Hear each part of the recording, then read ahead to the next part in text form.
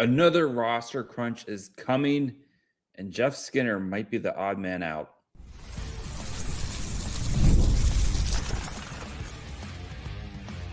You're Locked On Sharks, your daily podcast on the San Jose Sharks, part of the Locked On Podcast Network, your team every day. Hello, welcome to Locked On Sharks, the premier hockey podcast covering your favorite team in the Bay Area. My name is JD Young. I've been covering the Sharks since 2018, also the co-host of Locked On NHL. I want to thank you for making Locked On Sharks your first listen. Proudly part of the Locked On Network, the number one sports podcast network. We cover your team every day. And if you want to be an everydayer, all you have to do is just follow along wherever you get podcasts. And of course, you can watch on YouTube as well. And today we're going to be talking about the upcoming roster crunch, as the Sharks are going to have three players vying for one roster spot, and what San Jose is going to have to do, including Jeff Skinner, who is being a professional right now.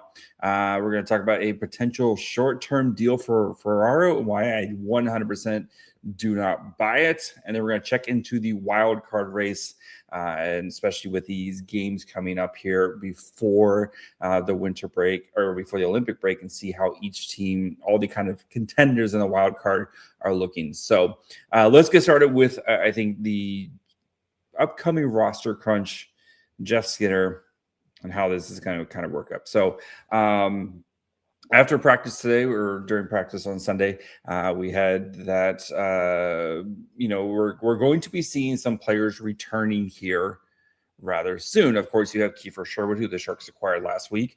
He's been dealing with a hand injury, and I think the plan is that he could be maybe available before sometime this upcoming week, maybe even as soon as Tuesday's game against the Canucks, as he was seen working with Mike Grier after practice. Not buying that he's available for the Canucks yet. I think they probably want to see him get a practice here, but is a player that's going to be returning. You have Phil Kurashev, who has been practicing with a non-contact jersey. So the next steps will be for him to shed his non-contact jersey and start to get some actual reps in practice with contact. And then he should be another player also in the lineup here soon, as well as defenseman Shakir Mukhamadullin, who's also expected to be an option for maybe again as soon as Tuesday with against the Vancouver Canucks. So you have three players there who are all going to be ready to play NHL games here pretty soon. The San Jose Sharks, as of right now, have 22 of their 23 roster spots filled. With again all these players who are going to be coming back. So we know, right, Title Andrew is still out. We expect that one to be out for a while.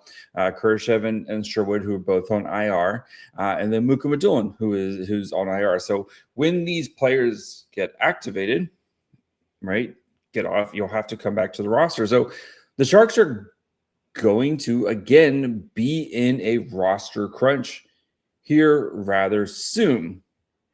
And I think one way to potentially help ease this roster spot is by either waiving or trading a player to open up active roster spots on your team.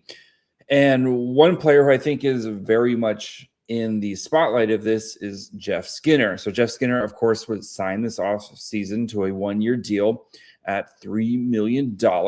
He has a full no trade clause through January 30th of this year, so in a couple days. Then it turns into an 8-team trade list through the end of the season. So Jeff Skinner has a ton of control on where he would go. Skinner, when asked about today, this is from Curtis Shelka of the Mercury News, when asked about it, he was basically, I'm aware of the roster situation. I'm aware of the amount of young guys here and sort of where I fit, obviously, in the big picture. I'm not in control of that. I just come to practice and practice. Things go on like that. It's between managers or agents. As a player, I'm just worrying about practicing or playing. when Ryan Warsofsky was asked about it. It's a numbers thing. When he asked, Skinner, I think Skinner, when he came back in there, last time he was scratched, gave us some good minutes, and he played some good hockey. There's some development that needs to be had with some of our younger players. They get a little bit of a leash that some guys we want to see continue to get a look at, and in a sense that we know there's a lot of hockey left here. So Jeff Skinner, 1,000,000% feels like the next logical move for San Jose if you're trying to ease some roster pains here. The problem is, I think, well, for Jeff Skinner, right, he's a player who wants to play. He's a former, top pick. He's a guy who scored a billion points in the league. He's played a billion games. He wants to play and wants to have an impact here. So I think for San Jose, it's going to be very much just trying to find a home for him that he is willing to go to. Of course, he wants to win, right? This is a guy who before last year had never played in the playoffs until he got to Edmonton. And then apparently decided that was enough of that and signed with San Jose, or maybe he felt signing with San Jose was the move, as this team is clearly on a path to the playoffs here. But I do look at teams who could be in the market for a guy like Jeff Skinner to come in, play some middle 6 minutes, help provide some scoring pop. I do think there will be somewhat of a market for him. Is just, does he want to go there? And maybe a team like the Islanders, who does have some young players, but I think is a team that could that has struggled to score, and maybe Skinner can kind of come in, rehabilitate his image at the end of the season here. And that Islanders team, I think, is way more fun than any of us expected, and that's a team that has also been dealing with a ton of injuries. And they've had some big time injuries where I think he could come in. It's not going to cost a ton. And maybe the Islanders, especially with Matthew Darsh, who seems like a really smart player or is a really smart guy, maybe they acquire him, let him do some stuff, and then they flip him again. But with his contract, it might be a little bit hard to do so because they get like the no trade or the 8-team trade that still travels with him. But I could see him, like the Islanders, I think is a team that makes a lot of sense as they play, and they have plenty of cap space. You look at a team, who we're going to talk about later, maybe like Seattle, who's looking for a little bit more scoring in their middle 6. You could definitely see a potential place there.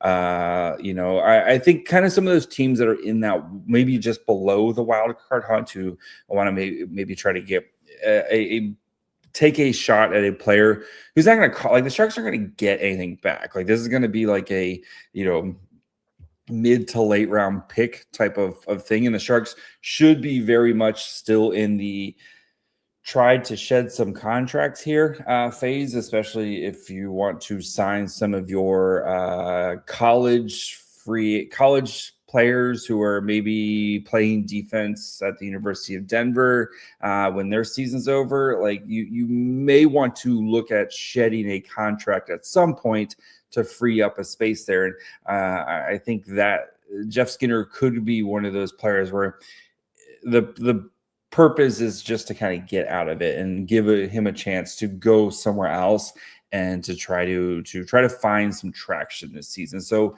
I think he makes the most logical sense. And even with the trade on the 30th, or no trades until the 30th, I think if they sat down with him and they were like, hey, I know things haven't gone well here, Seattle or the Islanders or whomever else team, they've reached out. They want you to kind of come in and help provide some scoring. Is that something you'd be interested in? I bet he would be like, yeah, let's do that, because it's for a couple months. He's going to help to see if he can maybe set himself up for something this off-season type of performance. But I think Skinner makes a ton of sense. I do have an eye on him, again, especially with Mukama Doolin potentially coming back here as well, what the Sharks are going to do defensively.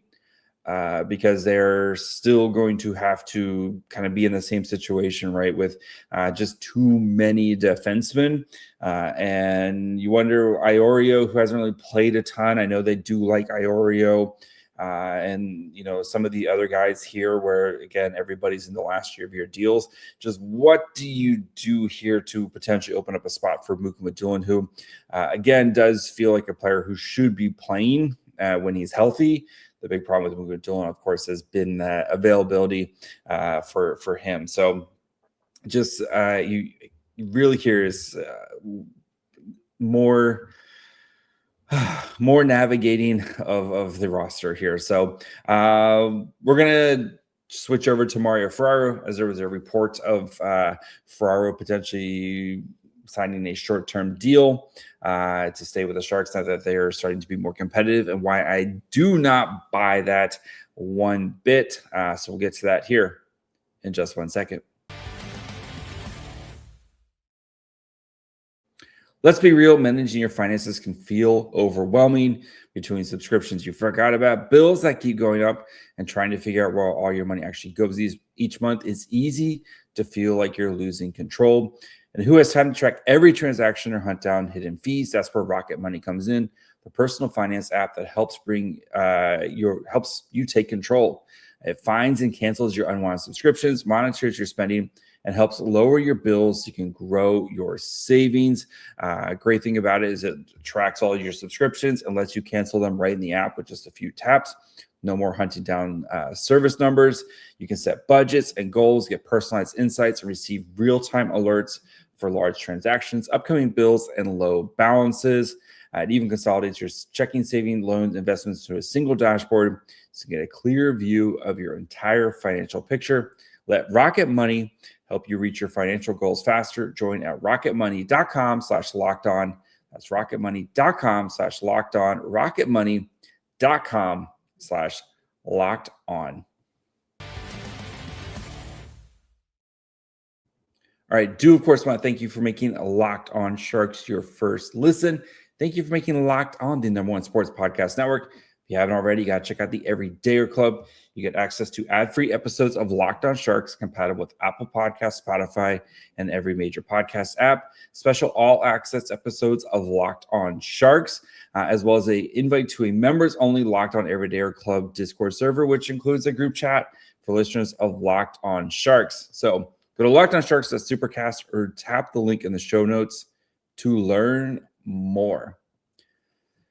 So, we had another, right, speaking about the defense, every defenseman basically for San Jose is potentially available, maybe gets traded, maybe they keep them, they try to re-sign them, who knows, right?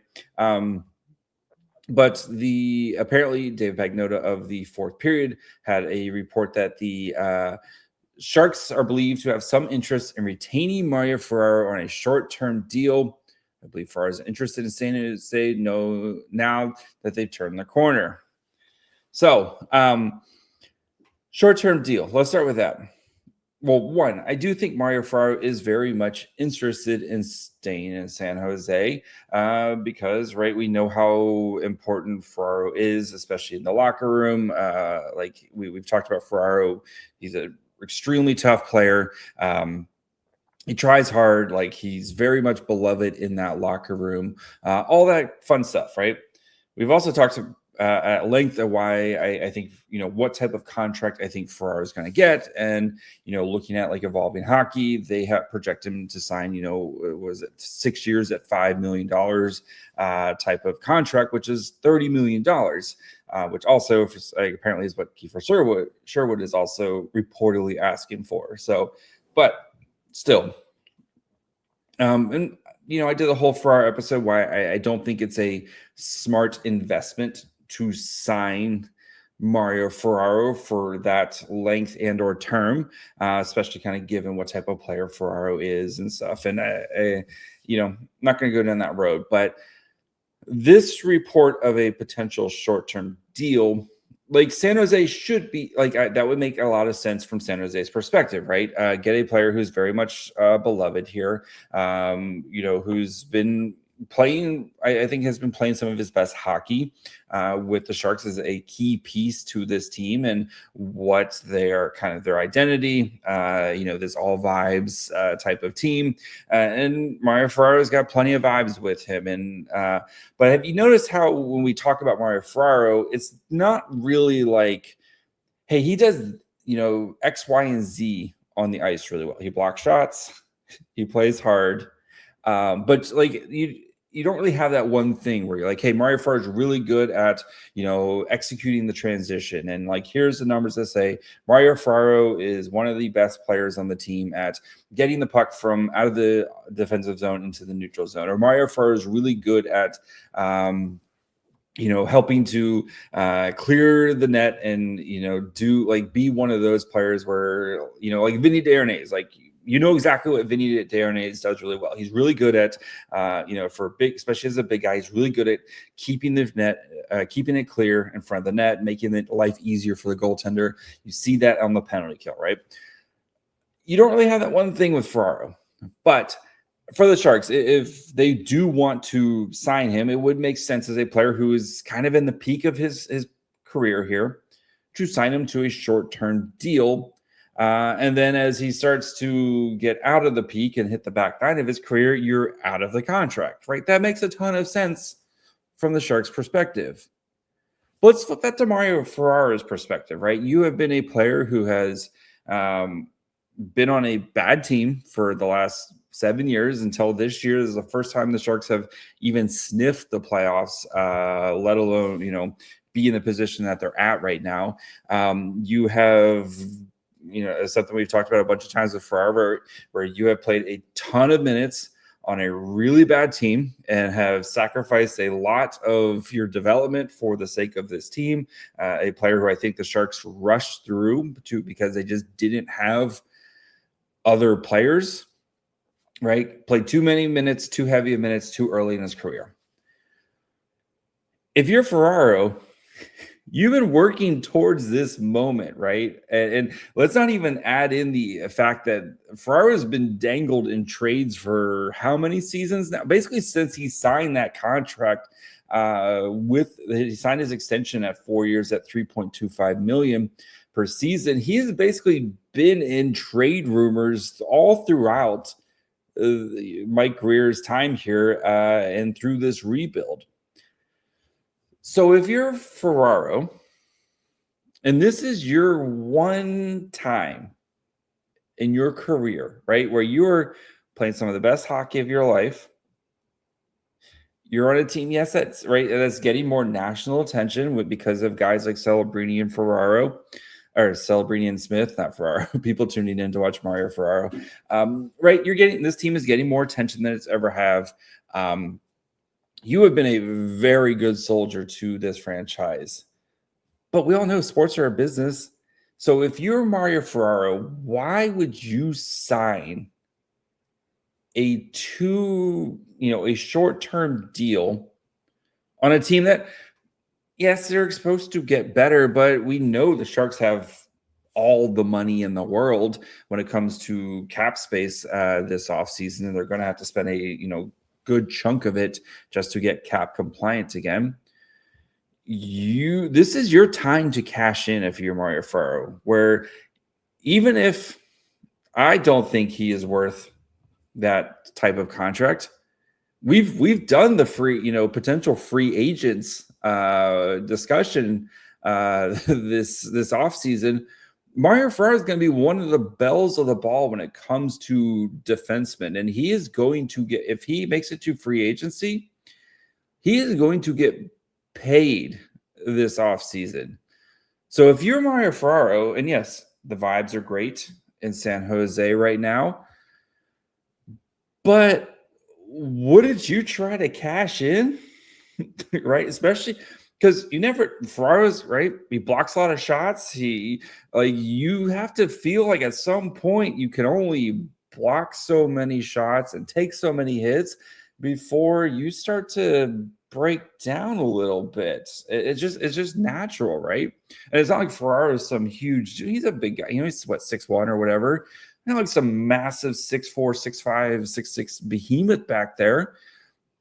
the style that he plays, this is his chance to cash in with like generational money where his kid doesn't have to work if his kid doesn't want, like, this is setting up his family for decades type of money. So while yes, potentially signing a short-term deal and maybe going back into free agency in a couple years when as the cap continues to rise, I just think for Ferraro, like, you've been working for this moment for the last 7+ years, and you don't owe the Sharks one thing. I 100% believe he's going to sign a big time number contract, whether it's from San Jose or whether it's from somebody else this offseason.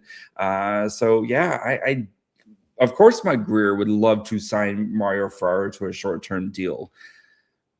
But from Ferraro's perspective, why would you do that when somebody out there is going to give you a lot of money to keep playing the same style of game that you're playing in? You could easily sign with a contender who's looking at you as maybe that final piece on their blue line. I mean, we saw some of the deals that like the Kings gave out this offseason to guys like Cody Ceci, and I think Mario Ferraro is a better, as much as I tear down Mario Ferraro's game, I think Ferraro is a better defender than Cody Ceci, and Cody Ceci got $4 million a year for 4+ years. Like, Ferraro is going to get a ton of money this offseason. So I do not buy a short-term deal for Ferraro. It just doesn't make sense from him as a player to do that, because he breaks his foot or he takes a puck somewhere like in the wrong spot, and like he could then I'll basically throw it all away type of if something horrible, God forbid, goes wrong, and he gets a massive injury, right, tears his knee up or something like that, you just throw all that big contract away, and then you're a year by year type of player, basically for the rest of your career with a guy like Ferraro. So I do not see it. But we're going to look at the wild card race here and kind of look at all the players here and what their upcoming schedules look like as the Sharks try to stay in the wild card hunt and maybe even move up to that third spot in the Pacific. So we'll break it down here in just 1 second.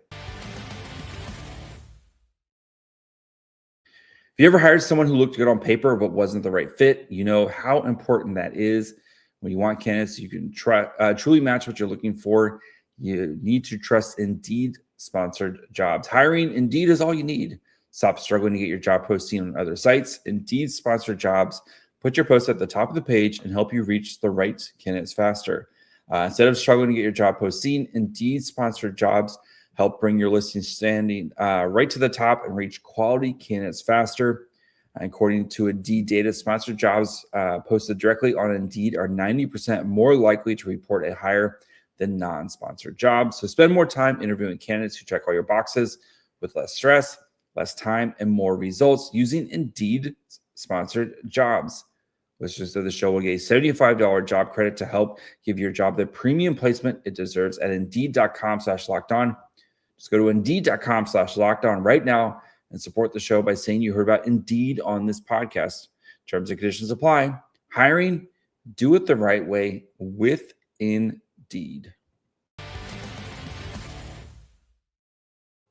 All right, do of course want to thank you for making a Locked On Sharks your first listen. If you never miss an episode, the Everydayer Club is built for you. Get Locked On Sharks ad-free, plus members-only Discord access and more. Head over to lockedonsharks.supercast to join the club. All right. Normally, or most seasons, we would be doing kind of like tankathon. What's coming up with these teams and what's their schedule look like and where can we find potential wins? Not so much this year, as the Sharks are currently, as I'm recording this, they're sitting in the last wild card spot. All the games are done for tonight, so we are up to date here with the standings. So as of right now, basically 8:00 on Sunday night, the Sharks are currently sitting second in the wild card spot, 26, 21, and 3 with 55 points. So the teams right below them, let's kind of start with the teams here. So the Kings are tied when it comes to point percentage, but the Sharks have more regulation wins, which is your first tiebreaker there. So more regulation wins from them. The Kraken also 55 points.